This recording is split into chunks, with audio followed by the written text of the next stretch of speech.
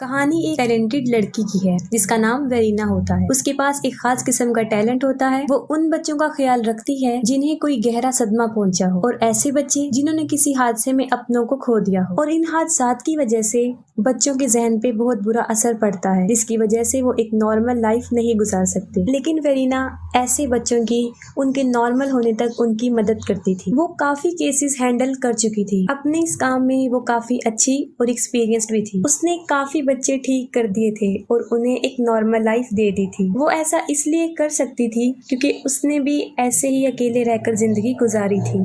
जिन बच्चों का भी वो ट्रीटमेंट करती थी उनके साथ उनके घर पर ही रहती थी, जिसमें बच्चों को ठीक होने में महीना भी लग जाते थे और साल भी। उसे इस काम में काफी इंटरेस्ट था। और फिर उसके सामने एक नया केस आता है। इटली में एक बहुत रिच फैमिली रहती थी। उस घर में बहुत ही थोड़े लोग रहते थे। घर का मालिक क्लाउस, उसका बेटा जैकब और उनका सर्वेंट एलिसियो। जैकब की माँ मेलविना जब जिंदा थी तब वो लोग बहुत खुशी खुशी अपनी जिंदगी गुजार रहे। मेलविना काफी मशहूर थी क्योंकि वो एक पियानो आर्टिस्ट थी। वो अपने बेटे जैकब से बहुत प्यार करती थी, लेकिन फिर वो अचानक से बीमार हो जाती है और फिर वो मर जाती है। जैकब की मदर के मरने के बाद उसकी हालत काफी खराब हो गई थी क्योंकि उसकी जहन पे अपनी माँ की मौत का बहुत बुरा असर पड़ा। उसकी वजह ये थी क्योंकि जैकब की माँ ने मरने से पहले उसे एक बात कही थी कि तुम नहीं बोलोगी और जब सही वक्त आएगा तभी तुम बोलना, और इसके लिए वो उससे प्रॉमिस भी लेती है। और जैकब ने ऐसा ही किया। अपनी मदर के गुजरने के बाद ना वो किसी से बात करता था, ना रोता था, ना हंसता था, बस हर वक्त खामोश रहता था। उसकी मदर को इस दुनिया से गए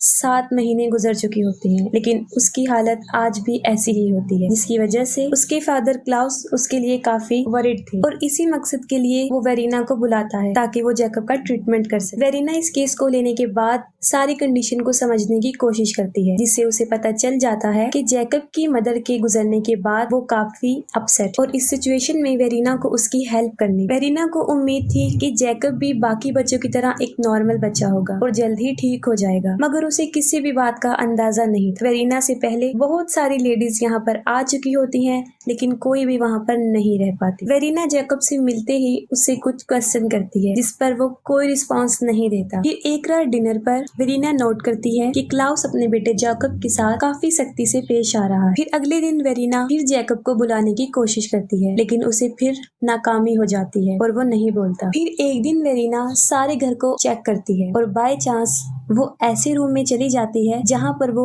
एक ओल्ड लेडी से मिलती है, और वो मेलविना की नर्स होती है जो बीमारी के वक्त उसके साथ होती है। उस ओल्ड लेडी का नाम लिलिया होता है। वो लेडी वेरीना से काफी फ्रैंकली वे में पेश आती है, जिससे वेरीना काफी इम्प्रेस होती है और उसे अच्छा लगता है। फिर वेरीना इस फैमिली के बारे में मजीद कुछ पूछती है, जिससे उसे पता चलता है कि ये सारी दौलत मेलविना की होती है जो उसे अपनी फैमिली से मिलती है, और वो 1200 सालों से यहाँ रह रहे थे। उन लोगों का सारा रुपया पैसा कदानों से आता था। अपने बीमार होने की वजह से मेलविना ने सारे कदाने बंद करवा दिए थे और वेरीना उनके कदानों को देखने भी जाती है। जब उसे एलिसियो बताता है कि वहाँ पर जो पत्थर हैं उनको बहुत से लोगों ने निकालने की कोशिश की है और अपनी जान से हाथ धो बैठे हैं। इसके अलावा वेरीना उनके फैमिली टॉम में भी जाती है। उस मकबरे में उस फैमिली के 40 लोग दफन थे और उनकी कब्रें दीवारों के अंदर, जो कि सारी पत्थर की बनी थी, वहाँ दफनाया था। और उसी मकबरे में मेलविना की लाश भी दफन थी। फिर एलिसियो वेरीना से कहता है कि वो गौर से सुने, इन दीवारों में से आवाजें आती हैं, और उसका इशारा जिन भूतों की तरफ होता है। लेकिन वेरीना इन बातों पर बिलीफ नहीं रखती थी और वो इस बात को इग्नोर कर देती है। फिर एक रात वेरीना काफी डर जाती है जब उसे अपने रूम से एक मरे हुए खरगोश की डेड बॉडी मिलती है। वो सोचती है कि ये सब काम जैकब का है, क्योंकि वो उसे डराना चाहता था। वो फौरन उसके कमरे में आती है। वो देखती है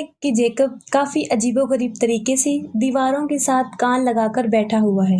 उसको देखकर ऐसा लग रहा था कि जैसे दीवारों में से कुछ आवाजें आ रही हैं। ये देखकर वेरीना उसे उठाती है, जिस पर जैकब को बहुत बुरा लगता है और वो वहाँ से चला जाता है। फिर वेरीना क्लाउस से पूछती है कि आपने इस बात को मुझसे क्यों हाइड रखा कि जैकब ऐसी हरकतें करता रहता है। फिर वो क्लाउस को मशवरा देती है कि जैकब को हॉस्पिटल में एडमिट करवा दिया जाए, जिस पर वो बिल्कुल भी एग्री नहीं होता और ये कह देता है कि मेरा बेटा पागल नहीं है, शायद उसको दीवारों से उसकी मरी हुई माँ की आवाजें आती हैं। फिर वेरीना को काफी ताज्जुब होता है और वो उस जगह को छोड़ने का फैसला कर लेती है कि अब वो मजीद जैकब की हेल्प नहीं कर सकती। फिर वो किसी तरह अपना डिसीजन बदल लेती है और जैकब के लिए वहाँ रुकने को तैयार हो जाती है, और अब वो जैकब से और ज्यादा प्यार से पेश आने लगती है और अपना ज्यादातर टाइम उसके साथ ही स्पेंड करती है। और कभी कभी तो वो भी जैकब की तरह दीवारों से कान लगाकर सुनती थी और जैकब को ये समझाने की कोशिश करती थी कि इन दीवारों से कोई आवाज नहीं आ रही, क्योंकि मरे हुए लोग कभी वापस नहीं आते, इसलिए उन लोगों की आवाजें भी हम नहीं सुन सकते। लेकिन इन बातों का जैकब पर कोई फर्क नजर नहीं आता और वो फिर भी दीवारों के साथ कान लगाकर सुनता रहता था। फिर क्लाउस वेरिना को जैकब के एक टैलेंट के बारे में बताता है जो उसे उसकी माँ से विरासत में मिला था, और वो था पियानो बजाना। ये सोचकर वेरिना जैकब को पियानो बजाने का कहती है, लेकिन वो फिर भी पियानो नहीं बजाता। यहाँ पर एक बात तो साफ हो जाती है कि वेरिना के आने से जैकब पर कोई असर नहीं पड़ा होता।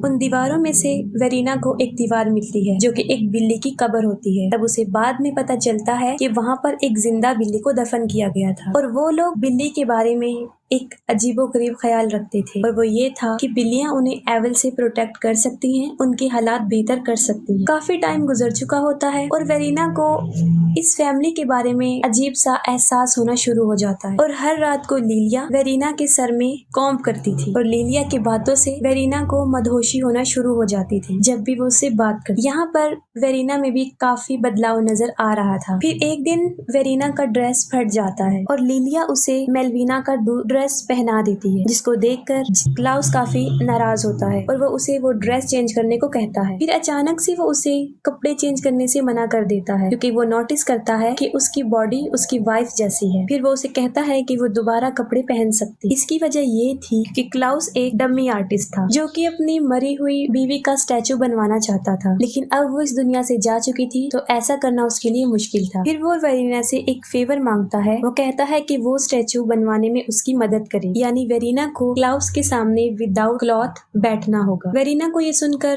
पहले तो बुरा लगता है, लेकिन फिर वो ज्यादा इंजिस्ट करने पर मान जाती। फिर एक बहुत अजीब चीज होती है, वेरिना को भी उन दीवारों से आवाजें आना शुरू हो जाती हैं और वो आवाजें मेलविना की थी। और फिर वेरिना अपने कंट्रोल में नहीं रह हेलुसिनेशन होना शुरू हो जाता है, यानी ऐसे ख्याल जो हकीकत में नहीं हो रहे होते। दीवारों में से आने वाली आवाजों ने उसे एक बात कही थी जो उसे बाद में रियलाइज होता है कि शायद उसे क्लाउस से प्यार हो गया है। वो अपनी फीलिंग्स क्लाउस से शेयर करती है जो उसे पसंद नहीं आती, और वो उल्टा वेरिना को डांटता है कि तुम भी जैकब की तरह पागल हो गई हो और तुम उसका इलाज अब नहीं कर सकती और तुम यहाँ से जा सकती हो। लेकिन वेरिना को कुछ हो गया था, वो वहाँ से नहीं जाना चाहती थी और वो जैकब को काफी मनाने की कोशिश करती है कि अब उसे बोलना पड़ेगा, क्योंकि अगर वो नहीं बोला तो उसे उसके फादर यहाँ से भेज देंगे और मैं यहाँ से जाना नहीं चाहती, मैं तुम लोगों से प्यार करती हूँ। लेकिन इन बातों का जैकब पर कोई असर नहीं होता और वो वहाँ से चला जाता है। फिर अगले दिन वेरिना खुद को काफी बीमार महसूस कर रही होती है और उसकी हालत काफी खराब होती है, जैसी कभी मेलविना की हुई। वो काफी डर जाती है और वहाँ से जाने का फैसला कर लेती है और अपना सामान पैक करती है। अपना सामान लेकर वो जा ही रही होती है कि क्लाउस उसके रास्ते में आ जाता है और उसे रोकने की कोशिश करता है। वेरिना को काफी ताज्जुब होता है जब वो लिलिया के बारे में पूछती है। क्लाउस कहता है कि वो 6 महीने पहले ही मर चुकी है, और अब ये सुनकर तो वेरिना पहले से भी ज्यादा खौफजदा हो जाती है और वहाँ से भागना शुरू कर देती है। लेकिन उसमें काफी कमजोरी हो चुकी थी और उससे सही तरह चला भी नहीं जा रहा था। उसके साथ एलिसियो उसका पीछा कर रहा था। कुछ दूर चलने के बाद वो बेहोश हो जाती है और फिर वो लोग उसे उठाकर घर ले आते हैं और उसी बेड पर लिटा देते हैं जिस पर मेलविना की डेथ हुई थी।